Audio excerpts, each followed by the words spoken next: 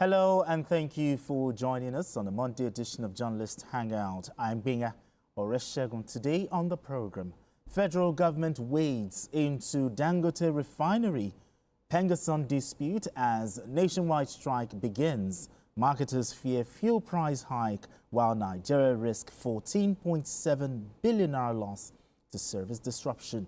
Federal government rubbishes international claims of religious genocide in Nigeria, says terrorists target all faiths. And later on the show, DSS floors Patutomi as court declares a shadow government formation unlawful, illegal, and a danger to democracy. Well, I'll be hanging out with Gani, Kayode, Balogun, GKB, and Majid Jamiu. Journalist Hangout starts right now.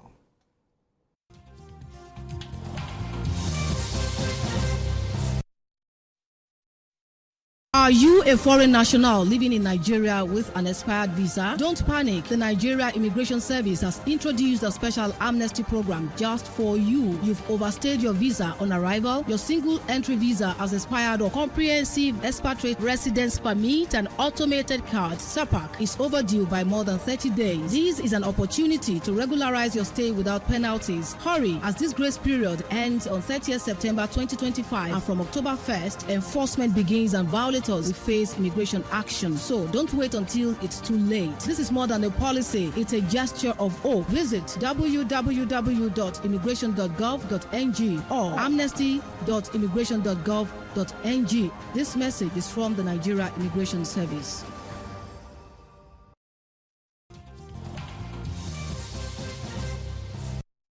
Now let's begin the conversation. The rift between the Petroleum and Natural Gas Senior Staff Association of Nigeria, PENGASSAN, and Dangote Petroleum Refinery is drawing increased attention from the federal government. The dispute, rooted in allegations of disengaged unionized workers and other issues, has escalated as the Petroleum and Natural Gas Senior Staff Association of Nigeria, PENGASSAN, declared a nationwide strike slated for this Monday. Meanwhile, marketers have warned that Nigeria could lose as much as 14.7 billion naira daily if the industrial action persists. In response, the government has stepped in to mediate, seeking a resolution before the situation further destabilizes the energy sector. All right, gentlemen. Majid, I'm going to start with you. Okay, first of all, what do you call this strike by PENGASSAN? I mean, is this not sort of deliberate economic sabotage here? What do you call it? I see it more as more than a sabotage. It's like a terrorist act. You're linking it to terrorism? Yes, because the same PENGASSAN and NUPENG that crippled all the 4 refineries owned by the NNPC, SOE, state-owned enterprise. They crippled it with this, their so-called unionism. They want to do the same to Dangote. And they say, no, I will not allow it. Now, let's go to the basics. Dangote sent about 3,000 graduates to India for training. Okay. He trained them as engineers to be used in his refinery. They spent more than 1 year in India. And they came back. You said, NUPENG now suddenly came, said we should become to union. I recall that days back in Punch, when I was in Punch, and some people wanted to be members of the union. The management said, no problem. You were posted out of Lagos. Because, you see, I'm not against unionism. But Punch is doing well today because it stopped unionism. University of Ilorin is doing well today because Professor Oloyede, when he was VC of that university, I graduated from University of Ilorin, same as BKO in 1990. He stopped ASU. At the high time, the federal government stopped these characters called NUPENG, PENGASSAN, whatever they call themselves, just because of check-out dues. Check-out dues. Now, in September, you brought one funny bill to Dangote that you want to collect check-off dues of NUPEN members. Dangote management said, I'm not aware that any of our members are unionized, that they are members of, but then we are not against members being, but you can't say you just want to wake up one day and give us a bill to pay. Any member who wants to be a member of a union should pay from his whatever. I'm a member of Guild of Editors. I pay my annual dues. I'm a member of NUJ. I pay my annual dues. A member of GoCorp. I pay my annual dues. It's not for NUJ or Guild of Editors to come to my organization and say, if I don't allow my members, it's like, can NUJ or Guild of Editors come to TVC today and say they will shut TVC down, they will park in front of TVC if journalists there or workers there don't belong to the union? Whereas unionism taking NTA today, whereas unionism taking NNPC, its refineries, okay. They are all dead. Okay, let me bring GKB into this conversation, okay, because he started with the issue of sabotage. Yeah. But the thing is, who is really sabotaging Nigeria? Is it Dangote, who allegedly sacked these union workers, or PENGASSAN, who shot crude? So Dangote, who is sabotaging Nigeria here? Whoever is responsible for stopping the flow of oil is the saboteur.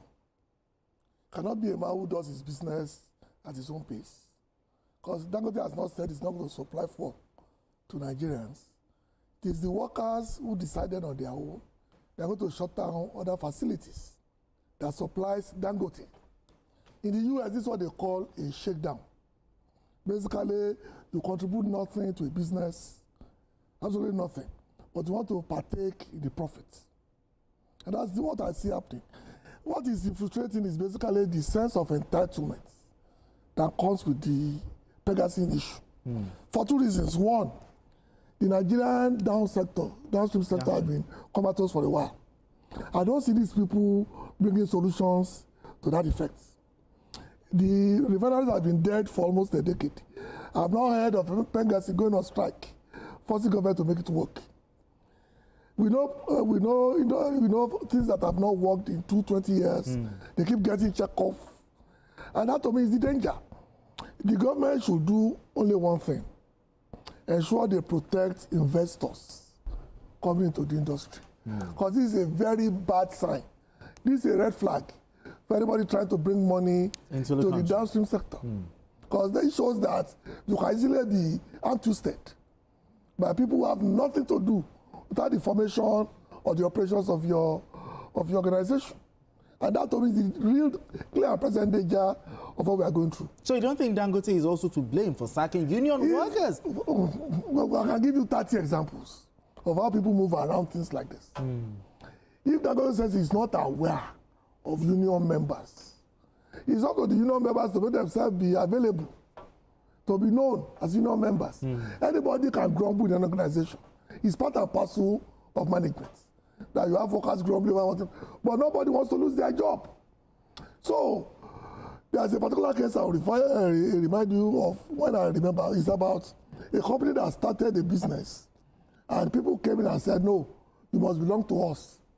What the man did was simply tell them, look, WWE, the wrestling company, where they want to force him to unionize and bring wrestlers into unions, said, no, we are not sportsmen.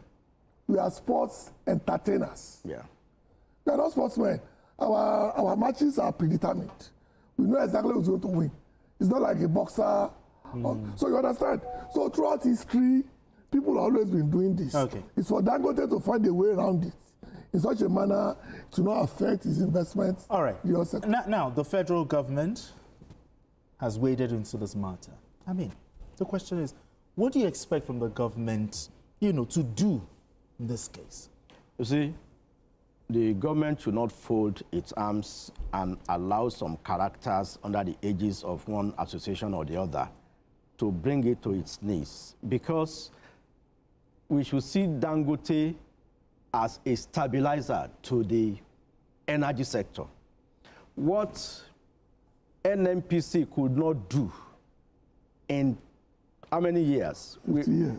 in almost 50 years. Where was the last time we refined petrol at our refineries locally? Consistently. More than 28 years before Dangote came. And for the first time, we've had 1 year of uninterrupted supply of petroleum products. You see, I used to have a lot of respect for Festus Osifo, who doubles as the president of TUC and PENGASSAN. But on this one, it will have Nigerians to battle, because you can't protect the interests of 800 people at the expense of 230 million Nigerians. No, you can't claim to love 800 people just because you want check-off dues and put the livelihood of 230 million Nigerians at risk.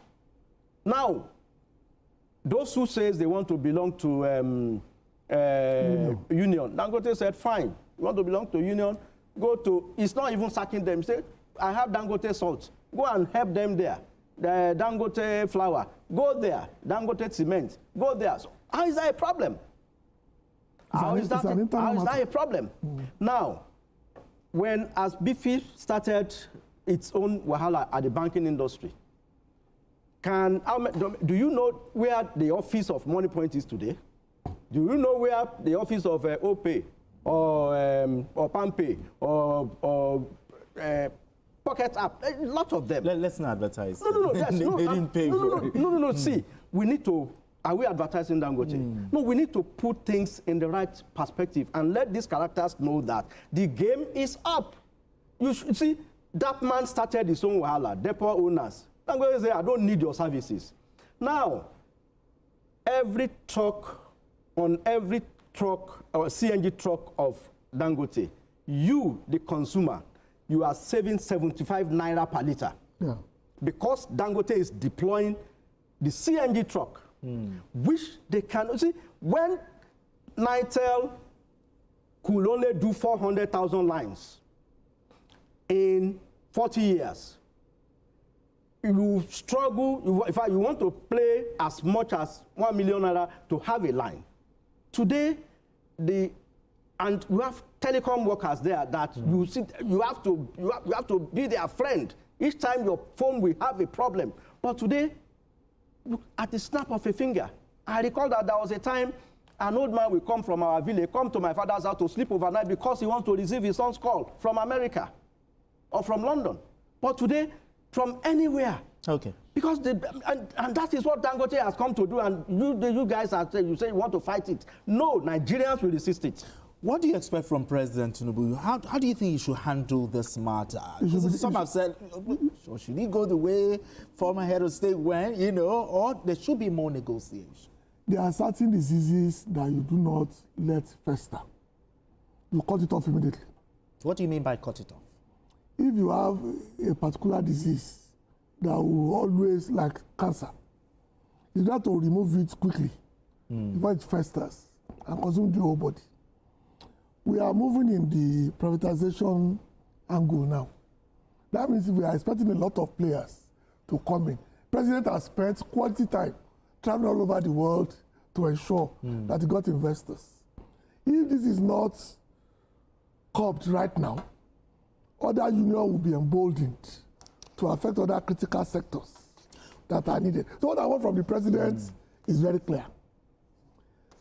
Use the carrot and the stick.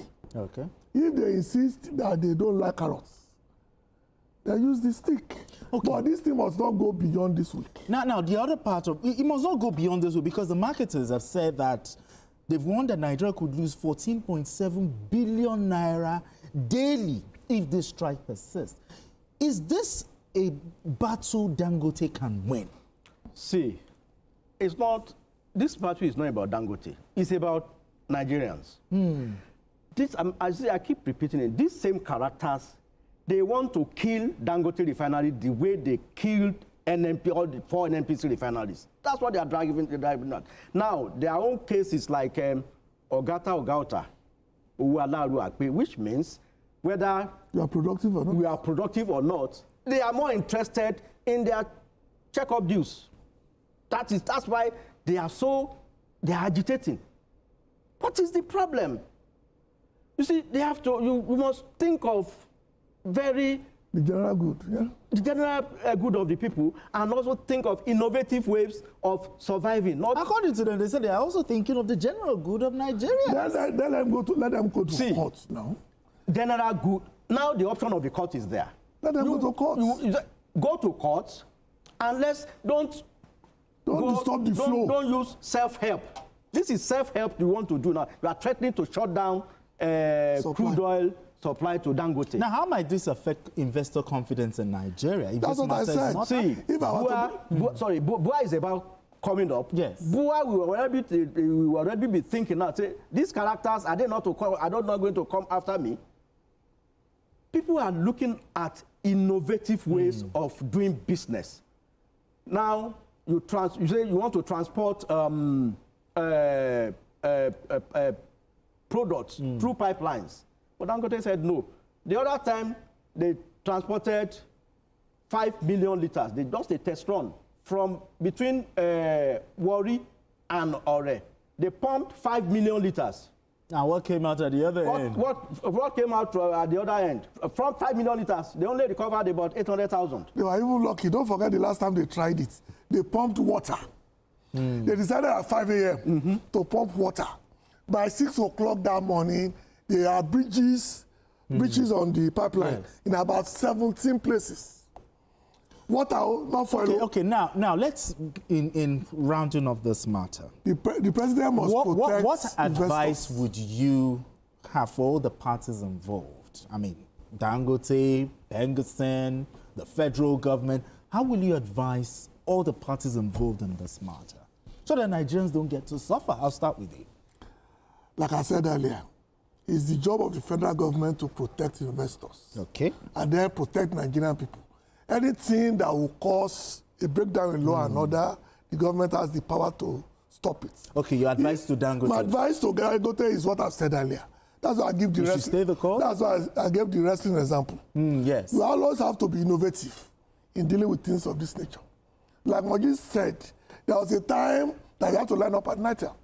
Nitel at that level is no more. There was a time you have to buy a card to make calls at store points. Yes. Those are dead. There was a time people have to buy whip to ride horses. Now people don't do that anymore. You and I remember when we have to do the stick when we buy our first cars. Yeah. You have to learn how to drive with the stick. People now don't even know what the stick is. They've never driven a non-automated car. Okay, your advice to PENGASSAN? My advice to PENGASSAN is that they have to slow down. Nigeria is changing. Nigeria of 2000 is not the Nigeria of 2025. The technology is moving in such a manner that if we are not careful, they will carry the away by the side of history. Okay. Your turn this time. To Dangote, to PENGASSAN, the federal government. Yes, Dangote, yes, it should allow those who want to unionize. Okay. But then, PENGASSAN cannot hold Nigerians to ransom, albeit threatening the shutdown of Dangote refineries, because the energy sector, what Dangote is providing, is very critical. Okay. To our economy, you can't be defending the interests of 800 Nigerians at the expense of 230 million people. That is my advice to PENGASSAN. And the federal government should not look at these characters to bring down its government, because these are the same guys that were benefiting from the so-called subsidy regime. They were there. Between 1999 and 2003, we spent $18.5 billion on turnaround maintenance of the 4 refineries that never produced anything. Dangote used $20 billion in 10 years to build his own refinery. Now you want to be going there to collect check-up dues. How many people have they trained? The so-called PENGASSAN characters. They are using the money to enrich themselves. I think they should be audited. The check-up dues they are talking about, they are more interested in their stomach than the interest of the generality of Nigerians. The federal government should not allow this. And the DSS has intervened. They should be treated as saboteurs. Honestly, they are the saboteurs. All right, gentlemen, let's move straight to our second conversation. Religious